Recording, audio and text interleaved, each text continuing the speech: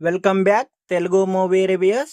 కన్నడలో చాలా పెద్ద హిట్ అయిన షూ ఫ్రమ్ షో అనే ఒక కన్నడ మూవీ తెలుగులో ఈ మూవీని మైత్రి మూవీ డిస్ట్రిబ్యూటర్స్ వారు రిలీజ్ చేశారు. ఈ సినిమా ఎలా ఉంది అంటే చాలా బాగుంది. ఈ మూవీ యొక్క స్టోరీ విషయానికి వస్తే కర్ణాటకలోని ఒక పల్లెటూరులో అశోక్ అనే యువకుడికి, అంటే ఈ అశోక్ అనే క్యారెక్టర్ చేసిందే ఈ మూవీ యొక్క డైరెక్టర్, అంటే జేపీ తుమినాడ్ గారు. అతనికి దయ్యం పడుతుంది.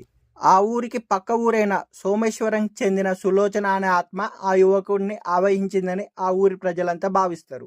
ఆ ఊరి పెద్దగా ఉన్న రవణ అలియా షెనిల్ గౌతమ్ గారు ఒక పెద్ద స్వామీజీ దగ్గరికి, అంటే రాజ్బీ శెట్టి గారి దగ్గర తీసుకొని వచ్చి ఆ ఆత్మను వదిలించాలని ప్రయత్నం చేస్తూ ఉంటాడు. అయితే ఒక కుటుంబ సమస్య ఊరి సమస్యగా ఎలా మారింది, మరి ఆ యువకుడిని ఆవహించిన సులోచన ఆత్మ వదిలేసిందా, అసలు నిజంగానే సులోచన ఆత్మ ఆ యువకుడిని ఆవహించిందా, అసలేం జరిగింది, ఇలాంటి విషయాలన్నీ తెలియాలంటే మనం మూవీ చూడాల్సిందే. ఈ సినిమాలో అశోక్ అనే కీలక పాత్రను డైరెక్టరే పోషించాడు. కథ మొత్తం ఈ పాత్ర చుట్టూనే తిరుగుతుంది. ఈ పాత్రలో మాత్రం జేపీ గారు చాలా ఇమిడిపోయారు. అలాగే రవణ పాత్ర పోషించిన షెనిల్ గౌతమ్ గారు కూడా ఆ పాత్రకు కరెక్ట్గా సూట్ అయ్యారు.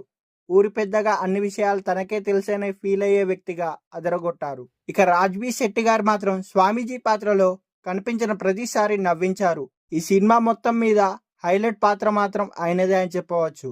దయ్య కాన్సెప్ట్తో ఫన్ అండ్ హ్యూమర్ అంశాలను జోడించి రూరల్ బ్యాక్డ్రాప్ డ్రామాను డైరెక్టర్ జేపీ తుమ్నాడ్ గారు రాసుకున్న విధానం, పాత్రలను డిజైన్ చేసుకున్న తీరు చక్కగా కుదిరింది.